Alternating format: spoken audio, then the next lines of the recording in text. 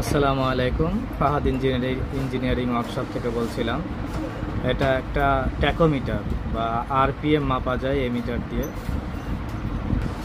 অনেক সময় রিক্সার বা মোটরের আরপিএম চেক করা লাগে, না হয় অনেকেই বলে যে আমার গতি কম, তো কিভাবে বুঝবো গতি বেশি না কম সেটা দেখার জন্য যে আমরা চাকার আরপিএমটা মেজার করে কত কিলোমিটার পার আওয়ারে চলছে এটা হিসাব করে বের করতে পারবো। তো এই আরপিএম মিটারে দুইভাবে মাপা যায়, একটা হচ্ছে কন্ট্যাক্ট আর একটা কন্ট্যাক্ট লেস। এই যে আমরা এখান থেকে যেমনি এখন ফটো আরপিএম মানে এটা খুলে ফেলা যায়, দিয়ে এটাতে লেজার বের হয়। এই যে টেস্ট বাটনে চিপলে এই যে লেজার বের হয়েছে। আর এটা